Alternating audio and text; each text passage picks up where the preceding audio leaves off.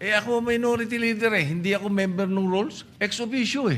Tumawag ba? Hindi. Ano to? Binabraso? Point of order, Madam Chairman. I move that we divide the House, Madam Chair. Why are we railroading this process, Mr. President? This is a new motion, Mr. President. correct. And therefore, we have to take consideration of the one-day requirement before we can act on it. Madam Chair, We are can I not able answer to that? ask questions as to why we are amending the rules. We are not able to ask questions as to who they wish, Madam Chair, may I answer? who will benefit from the amendment to the rules. For the Is this kind rule, Mr. information President? of Is this the- rule, Mr. President, for I Senator was about to Bato, who is not recognize here? Senator We would Pangilinan. like to raise these valid questions, Mr. President, before we go into a vote, Mr. Madam Chair. President. Yes, These, Madam we President. should not be... How can our- the presiding officer recognize Senator Pangilinan? Please know that I would never curtail your right to speak. Just as in 2004, I believe you were seated. That will not happen now. I will not do that to you. And I'm not curtailing your right to speak, Senator Pangilinan. Na kailangan bigyan ng isang araw pa pagkatapos ito i-move para talakayin. And tama si Senator Pangilinan, sa Lunes pa po yun. Ito Senator pong Marcoleta. mahirap kasi kung wala po tayong legal background dito. Ad hominem. Sinasabi ko lamang po, ang Hindi, sinasabi Madam ko lang, President, kanina ko po sinasabi. Hindi po tama yun. Section Nasasabihin yung kasama 136. niya Pwede po ay ba- walang Session is kinalaman, suspended. Pwede po walang bang alam sa pagbigyan bata. My question Madam is, Chair. why are we in so hurry? Why are they, the majority, in a hurry to tackle this? Thank you, Madam President. Madam President, I would just like to reiterate for the record the proposal to amend Rule 14, Section 41, Senate session. The proposal, Madam President, is by way of an additional paragraph, Section 41C, after Section 41B of Rule 14 of the Senate Rules, which will state as follows. Section 41C, allow a senator for justifiable reasons to attend and participate in the session through teleconference, video conference, or other reliable forms of remote or electronic means using appropriate information and communication technology. I so move, Madam President.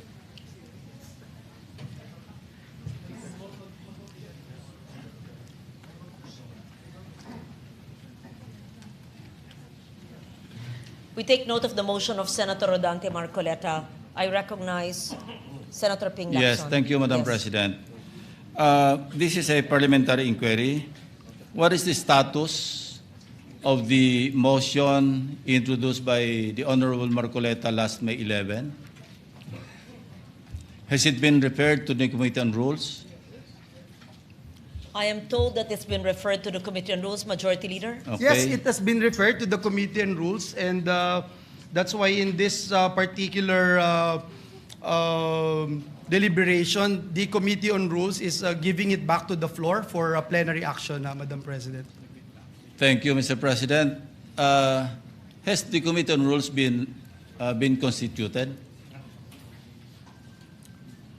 I believe that Senator Joel Villanueva is the acting Majority Leader. Yes. And would be the best position Okay. to answer Thank the you, question. Madam President. In the meantime, I recognize Senate President Cayetano. Madam Chair, with the permission of Senator Villanueva, so the Committee on Rules is not reporting out the... No, my The question, proposal. Mr. President, I'm sorry, Yes. Madam President, with your permission. My question is, has the Committee on Rules been constituted? Yes. So, Madam President, the answer there is the same answer to the question of Senator Pangilinan and former Senate President Soto, that in accordance with Section 19, this is the same. They continue to function. Having said that, I was explaining that the motion of Senator Villanueva was not for the Committee on Rules to report out what was referred to them, but to return to the plenary. Because if you look at Section 136 of our rules, the rules may be amended by means of a motion, which should be presented at least one day before its consideration, and a vote of majority senators present shall be required for its approval. So you do not need the endorsement nor the forwarding of the Committee of Rules for the amendment of the Committee on for the amendments of the rules. So the only requirement is that it is put on the floor at least one day before, or the proposal is made, and that a majority of the senators present will vote for its approval. So I just wanted to clarify that, just so that we don't have any miscommunication that whether or not the Rules Committee met, who are the members, etc. Because right now that's irrelevant, because we have given back to the plenary the proposal. Yeah. Very clear. Thank you, Senate President. Madam President, Senator Lacson's recommendation. does it mean that we are now disregarding the committees of the Senate? So the committee chairman or the chairman of any committee, including the Rules Committee, may just report out any motion or any resolution referred to it in plenary, and then just, it is within his power to just report it out by himself without any deliberation in the committee, without any committee report. Is that the new rule now, Mr. President, Madam President? It is Madam clearly... There's no new rule. I read the rule. Yes. Senator Lacson is referring to resolutions or And motions. communications or anything referred to the Committee on Rules. We're talking about a motion to amend the rules. We had the option of taking it up, but since everyone asked for one more day, it was given to the Committee on Rules. The Committee on Rules has an option to take it up, but the acting majority leader or acting chairman of the committee gave it back to plenary, and the plenary is more, how do I put it? Supreme, thank you, Senator Lacson, over the committee. So we didn't disregard the committee. It is our choice from the start whether we want to give it to the committee or not. So when we give it, so for example, I have a motion now to to extend the session to June 12 instead of June 5. That can be given to the Committee on Rules, or upon coordination with the House, the plenary can decide it directly, or we can give it to the Committee on Rules, and after he talks to the House of Representatives, he can even report it out, or he can easily, legally, morally, just say that I am tossing it back to the plenary, which is what's happening today. Thank So you, it's not a Madam new rule. President. That is assuming that there was no referral. But in this case, and I'd like to invite the attention of the body to Journal number 62, dated May 11, 2026. And if I may read the particular portion of this journal, proposed at 6:25 p.m., the session was resumed. Proposed amendment to the rules of the Senate. Senator Marcoleta proposed an amendment to Rule 14, Senate sessions of the rules, by inserting a new paragraph C under Rule 41, which reads, A or C, allow a senator for justifiable reasons to attend and participate in the session through teleconference, video conference, or other reliable forms of remote or electronic means using appropriate information and communications technology. Now, here's the portion, Mr. President, or Madam President. While expressing no objection to the proposal, Senate President Cayetano A. suggested giving the Committee on Rules time to discuss the matter. Now, my question is, was there any discussion by the Committee on Rules? Apparently, there was none, because it's now being reported out by the acting majority leader without consultation with any of the members. And by the way, Madam President, wala pang Committee on Rules eh. I believe that it was mentioned, and I will reiterate, from my understanding, that there was no Committee on Rules meeting because that motion is reverted back to plenary. Yeah, Madam Meaning, Chair. we are not ignoring the fact that, of course, committees must hold meetings, but this particular motion is being referred back to plenary. And may we just put on record, it says in Rule or Section 136, the rules may also be amended by means of a motion which should be presented at least one day, and we're complying with that. before its consideration, and the vote of the majority of the senators present in the session shall be required for its approval. I believe that is what the Senate President had explained. Evidently, Madam President, action was taken. And the action was to refer it to the Committee on Rules since the position of Majority Floor Leader was vacated. So how can the committee properly function in the absence of a committee of the committee members? As Madam the Chair. Senate I'll invite- President Madam Chair. had stated, Let me finish, there is Madam a rule President. of a continuing operations of the committee, But they while were the new head vacated, has Madam not President. Walang members ang Committee on Rules. So we cannot invoke continuity because we vacated all committees, all positions, including the members. And may I invite you to Section 24 of our rules, Madam President. The committees shall hold meetings to discuss, decide, and submit a report on all matters transmitted to them. This was transmitted to the Committee on Rules. So the committees shall hold, including the Committee on Rules, shall hold meetings to discuss, decide, and submit a report. There's no report, Mr. President or Madam President. Madam President. So we're violating our own rules.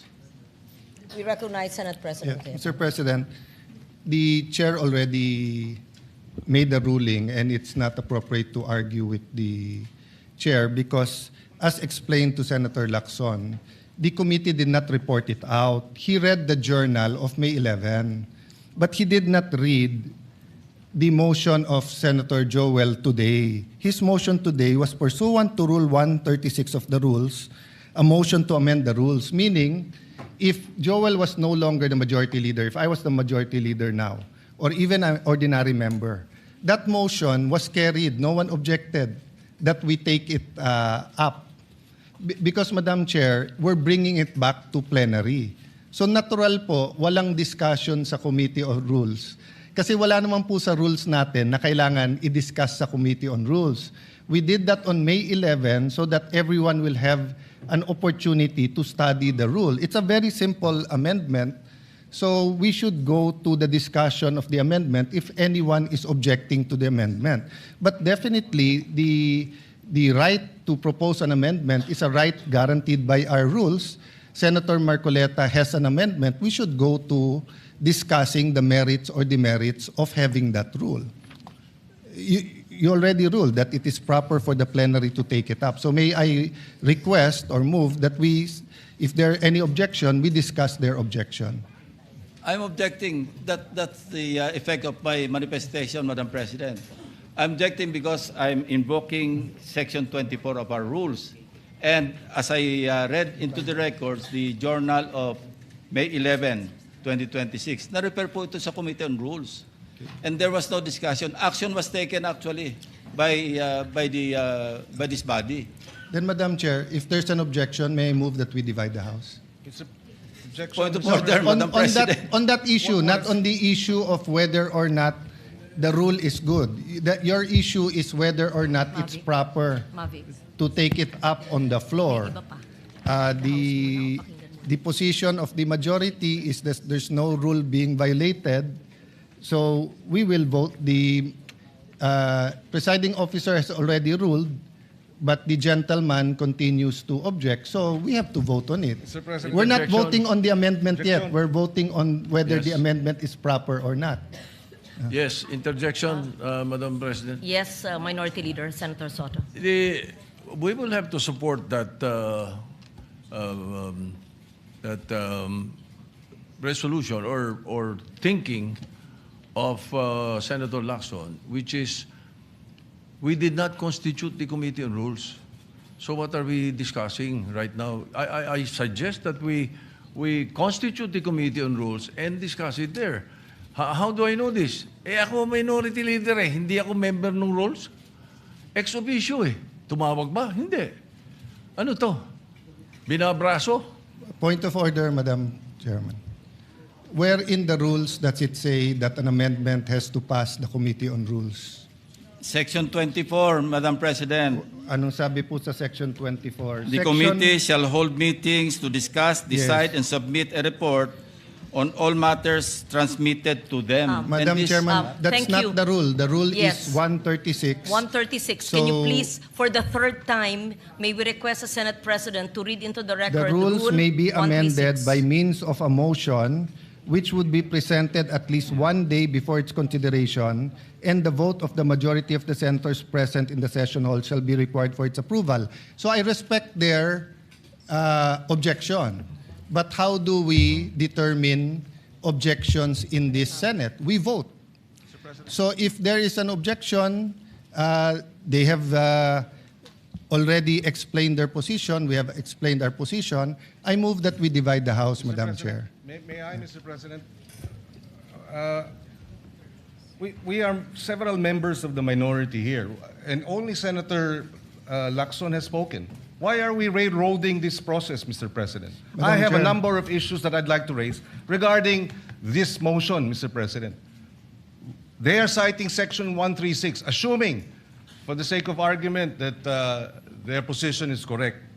The second paragraph, Mr. President, says the rules may also be amended by means of a motion, which should be presented at least one day before its consideration.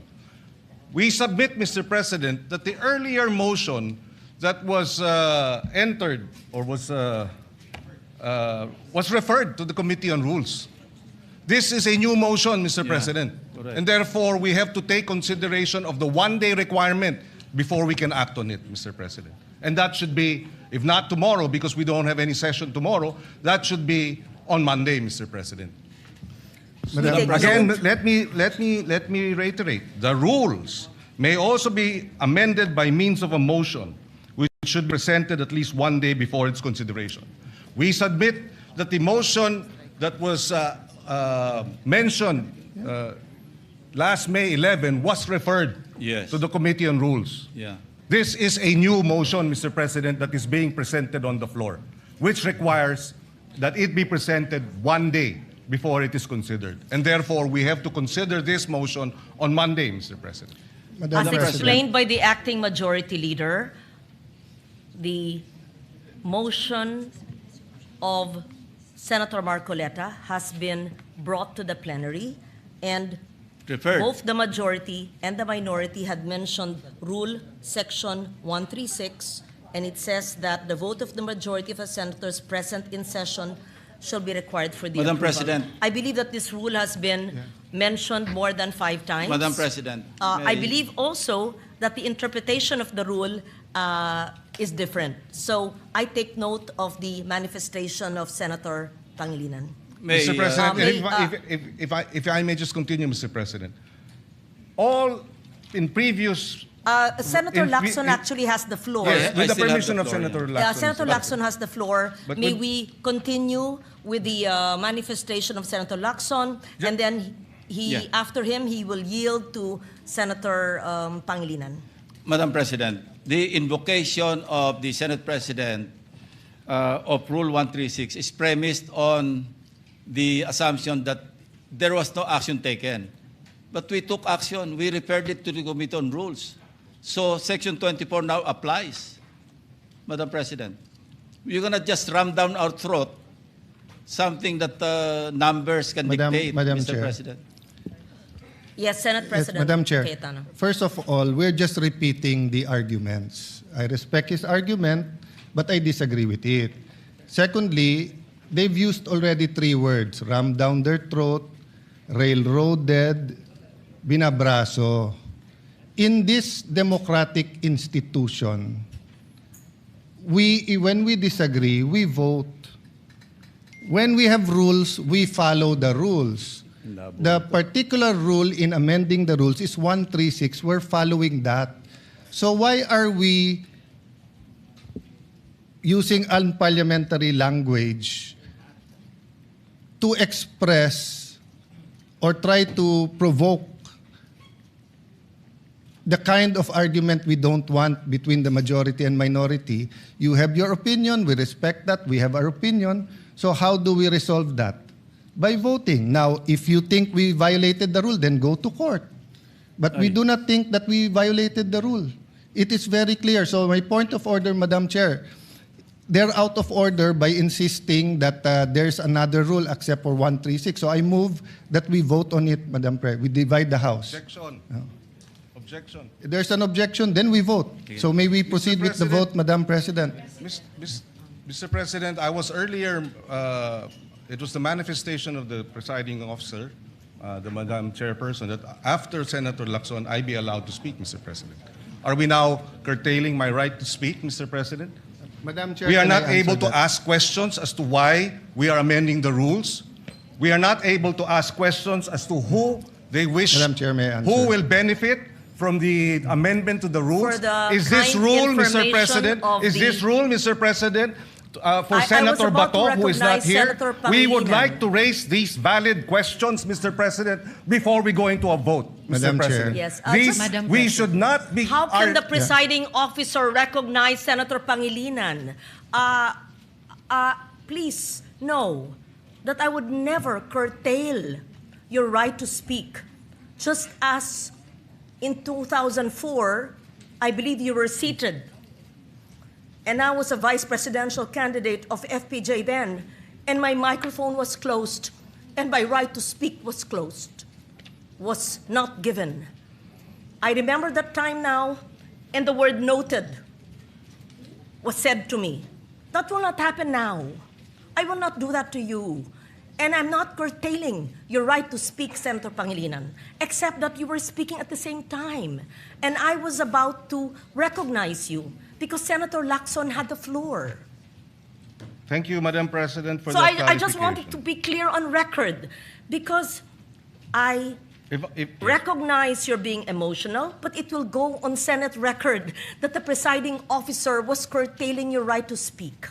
I would never do that, and I would not do what I experienced in 2004 in the House of Representatives in the canvassing of the votes then. Mr. President. Thank you. Madam President, with due respect, Mr. President, I was I'm not yielding- referring to the Madam presiding President, officer. Yeah, I'm yielding the floor to Senator Pangilinan. Yes, Thank thank you. you, Senator Lacson. We recognize Senator Francis Pangilinan. Yes, Mr. President, and allow me to clarify, Madam President. I was not referring to the presiding officer in terms of the curtailing of my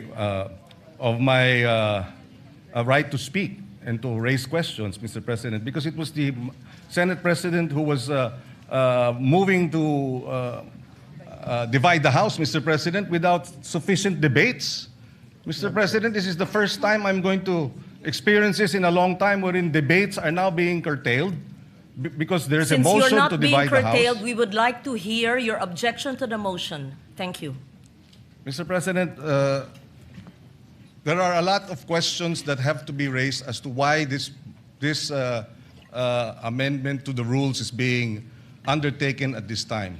Precedent provides, Mr. President, that when we amend our rules, we do so by way of resolution. We do not have that resolution now. In fact, Mr. President, a total 48 amendments of our rules all went through resolutions. This is the first time after 48 amendments, Mr. President, that we do not have a resolution so that we can Point vote of order, Madam Chair. and amend the rules properly, Mr. Yeah, President. point of order. Point of order takes Yes, precedence. Senate President. Point of order takes Yes. precedence First over of all, everything else. I hope we learned our lesson.